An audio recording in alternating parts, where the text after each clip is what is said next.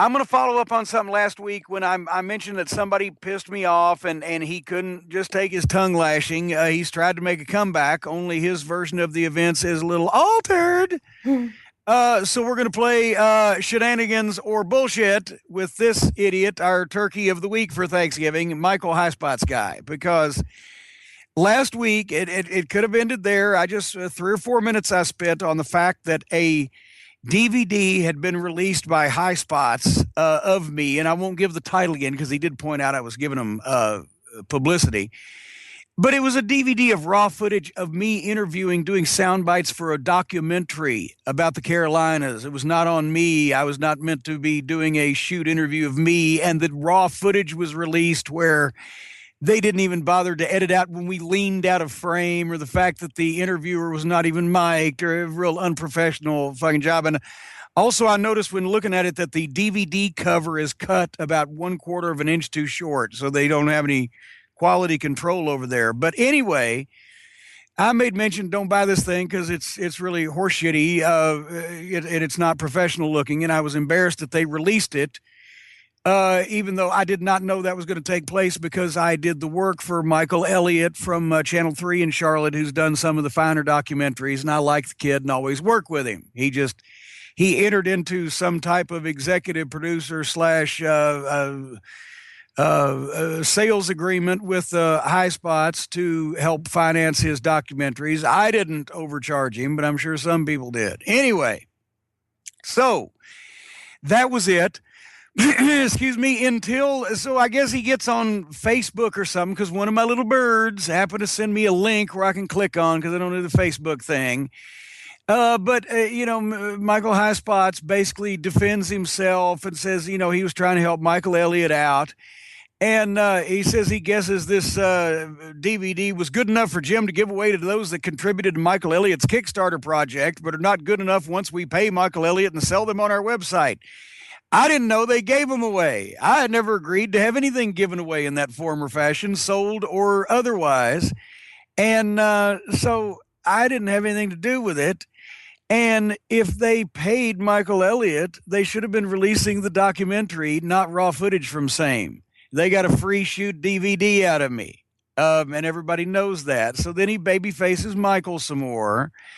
But then he proceeds to tell everybody that we don't like each other because, Alice, I think I told you this story one time years ago at Wrestle Reunion.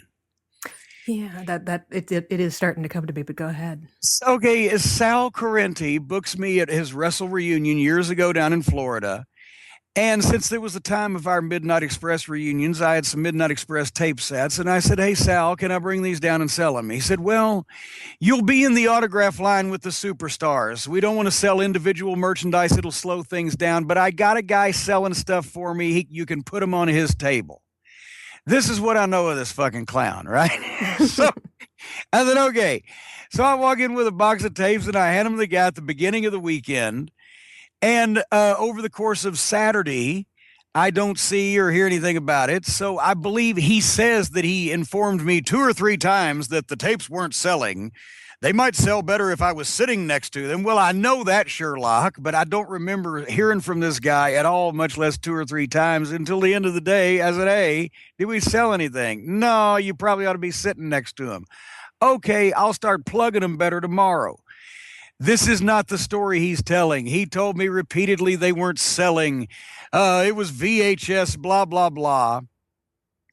The next day, I'm signing, but the lines are a little smaller because it ain't that great of a crowd. So a couple of times, I get a chance to talk to some people who seem to be Midnight Express fans and plug this tape set to them. Oh, we'll go look for that. Well, it's right on the table at the end. About the end of the day, 2 of these people, several of them don't come back, but 2 of these people come back and say, we couldn't see it. And so before the signing was over with, but since now we got no line, I said, come on. So I go over there and I asked whoever this stooge was behind the table is supposed to be selling Sal shit. That's the introduction I got to this guy. I said, where's the Midnight Express tapes? And he reaches under the table and pulls them out from under the table. I said, what are they doing under there? He says, well, we weren't selling any. I said, it's hard to sell them if they're under the table, dumb shit. And he says that I pulled the box out off the table where it was, sitting there in plain sight, and some fan walked by and bought a tape. No, the fan that came with me had $100 in his hand, bought the set of tapes, which was $100 that 2 or 3 or 4 other people had asked me about. So it was a matter of, did we make an extra $300 or $500?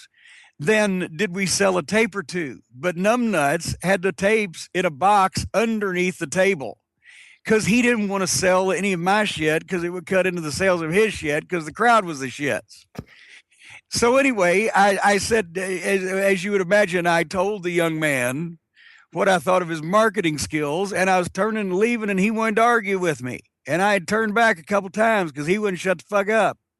That seems like a losing proposition for anybody that they decide they want to argue with you. It got to, I'm walking away from you, motherfucker. You have pissed me the fuck off, and I'm walking away from you. Just quit being a smartass and shut up, and I'm leaving. But I could come over the table if you just keep nattering at me. So that was our first meeting. And then, of course, there was the famous incident concerning the Midnight Express book, where when I first finished, after a year and a half of working on a Midnight Express scrapbook, it was first finished. I went over to the Carolinas and had each of the Midnight Express sign a certain number of copies and made the autograph edition. At the same time, we worked a show with Bobby and Dennis and myself, reunited against Ricky and Robert, I believe it was, et cetera, et cetera.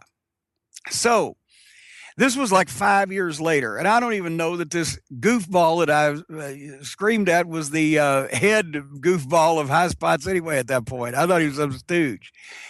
But anyway, I see Jake Manning, the gentleman who wears the Boy Scout outfit and the short shorts to the ring, who also works for Highspots. I said, here are 2 or 3 copies for Michael of my book, and here is a copy for you, and a copy for you, and a copy for you that drove Bob Eaton to the matches and worked for Highspots, and I signed for them. I said, take them back and tell your boss that if he wants to do some business with me on a wholesale basis for autographed books or whatever the case, here's an example of it. It's going on sale in 2 weeks when my website goes up. And at that point, I would be more than happy to do some business with him. Here is my contact information, my email, my telephone number. Have him call me if he's interested. Oh, lovely. And at the same time, I'd given Bobby, who rode with them, a box of books. Now, Michael Highspot says Bobby brought a box of books in and wanted to sell them or get a loan for them or whatever, and he agreed to buy them outright from Bobby. Well, he insinuated that I was screwing Bobby Eaton because apparently that was his compensation for being a part of the book. No, actually, since we hadn't sold any books yet, he didn't have any compensation, but he ended up making a lot closer to 10 grand than $1,000 off of it, motherfucker, because I did pay the boys royalties. But at any rate, he says that he bought this box of books from Bobby and then sold them the next weekend.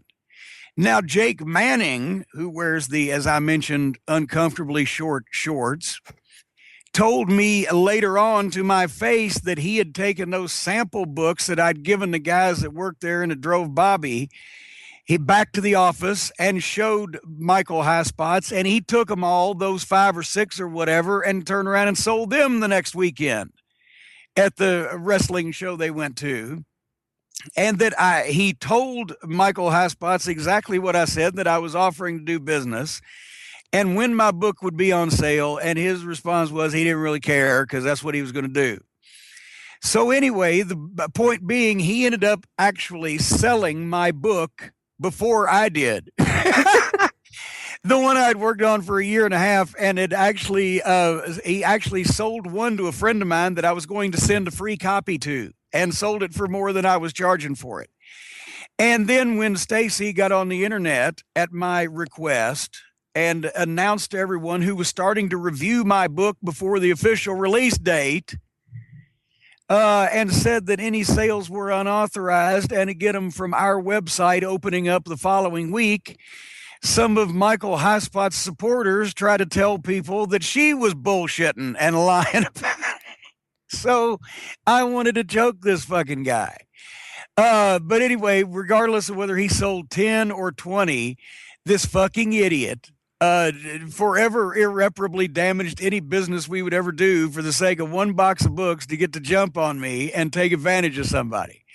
And then he is upset about my lack of appreciation for $5 wrestling, which I've mentioned before, I think is embarrassing, but it's indicative, basically the product that they put out. Because, for example, my newest video release, Alice, as you know, on Kayfabe Commentaries is the debut of the Back to the Territory series with Hacksaw Jim Duggan, where we discuss the history of Mid-South Wrestling with first-person accounts, the personalities, the business, the road stories, great graphic footage, B-roll of rare wrestling memorabilia, and photos from my collection to illustrate the conversation. And Highspots puts out videos of intentionally bad wrestling, so wrestlers who think they're comedians can make fun of wrestlers who think that they're wrestlers. So that's the difference in the products that we're associated with.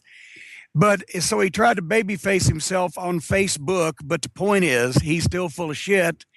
And he's never tried to call me and straighten anything out as he claims. And he never tried to email me and straighten me and anything out.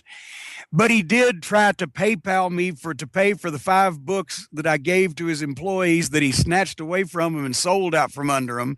And I sent him the money back and said, nice try, because I don't need his money that bad at that point.